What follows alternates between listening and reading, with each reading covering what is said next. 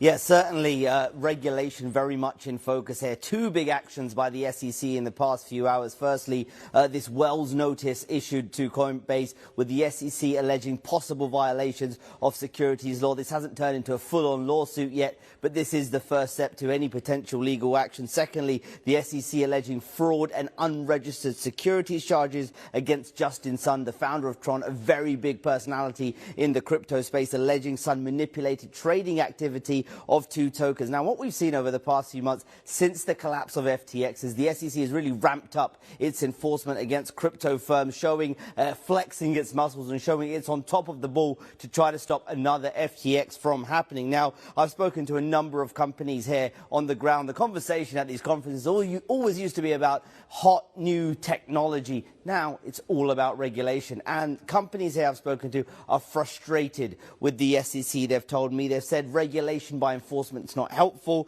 They've said the SEC should be working with firms to come up with thoughtful regulation around crypto rather than taking this enforcement action. And instead, they're saying crypto's not going anywhere. So the US needs to get on track, figure out regulation, or it could risk falling behind countries here like France and Switzerland and others around the world that are trying to make themselves into crypto hubs. So that's the piece on regulation. The other big topic here really is around Bitcoin and the price and what that's been doing, because it's up 66% year to date. It's outperformed a number of other major assets. It's remained resilient in the wake of the banking crisis as well. And so there's a lot of people talking about this could be Bitcoin's big moment here. They're arguing that the banking crisis has struck fear in people about the safety of their money, and that's why you're seeing big flows into Bitcoin, a decentralized digital currency that they argue is safer potentially than the banks. Secondly, they're saying that what we're seeing from the Federal Reserve and potentially a slowdown in rate hikes could actually be bullish